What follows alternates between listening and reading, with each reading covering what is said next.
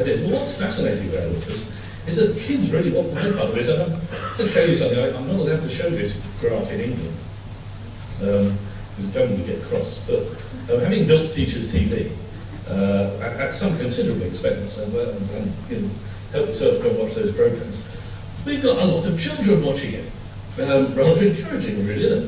The autumn half-term day, and you see there's 441,000 children watching autumn half-term. And at Christmas, when even less than distracted, presumably, 477,000 children are watching Teachers TV. So we've got an army of children across the country watching programs about how to teach. And presumably arriving at class thinking, have you seen this, miss? Would you see this, miss? Would it be before next week, probably? That's great. That's great. Yeah, 6 minutes is it? Can't count. So it's exciting times, isn't it? Exciting times. How they're doing in the rest of the world. Look, here's what they're doing in Hungary. There's a program about, well, why is maths teaching so good in Hungary? And the answer is because they're doing it in a different way. What is that different way? Well, it turns out to be quite effective. Here's a different way. Here's a way of doing maths in. Here's a way of doing maths in. Oh no, this is cute.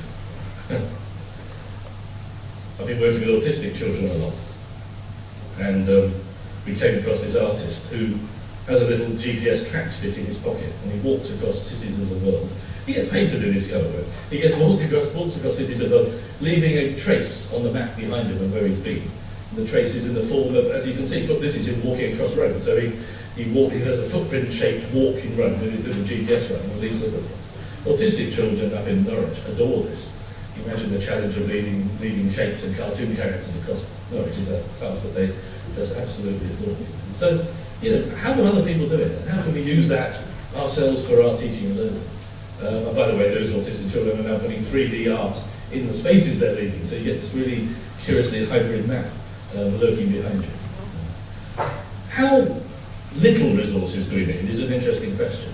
I'm doing work with a community of travellers. These are people who are outside of the social inclusion of British society. They live on the site, they live in caravans. The caravans get bulldozed regularly by the council who say you can't park there. Well, you can't park everywhere, can you park there?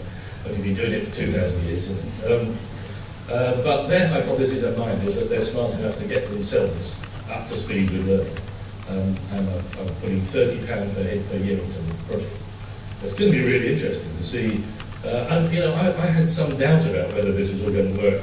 My hypothesis was there's enough resources out there to do it. I started talking to them, and an 83-year-old lady in a gorgeous caravan, full of cut glass, and beautiful, took me to one side and said, this will still be for me as well, won't it? All my life I wanted to be able to read, right? It's not too late, is it?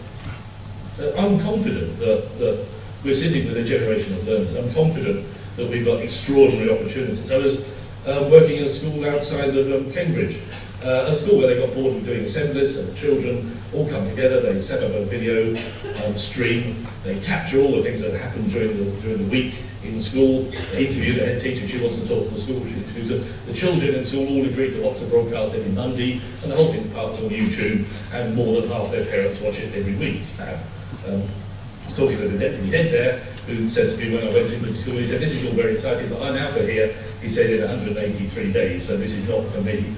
And he was counting down. 3 years later, he's still there.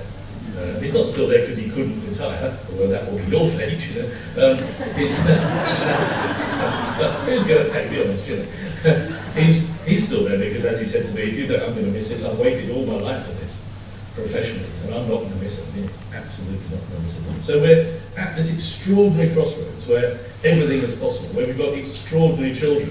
Here's a school and building up in the middle of England, where the local community has such a down on the kids that we've advertised the kids all around the community. We've taken over all the advertising models.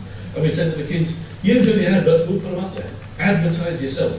Tell the community how good you are. And they just needed you to show them. And now as you walk around the town, if you feel like you're on a campus that's full of those gifted and talented children, 3 generations of unemployment.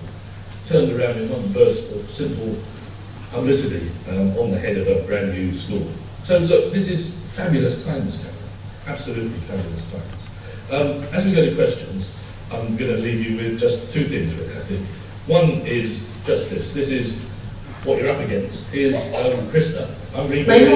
I'm rebuilding schools right across the Caribbean, starting with Cayman Islands, where we're rebuilding a whole education system there. And I just pointed a camera at Krista and some other kids and said, if this all works, what do you want from it? So here's your competition, or are these your allies? And she said this. For the new school is to get the right mix of education so that I can not only be noticed on the island, but also be noticed worldwide. She sees learning as her celebrity. She sees what she does in her school as the way she's going to get the attention of the world focused on her place and her island, her culture. And she's not moving her culture to somebody else's. She's not adopting Disney curriculum.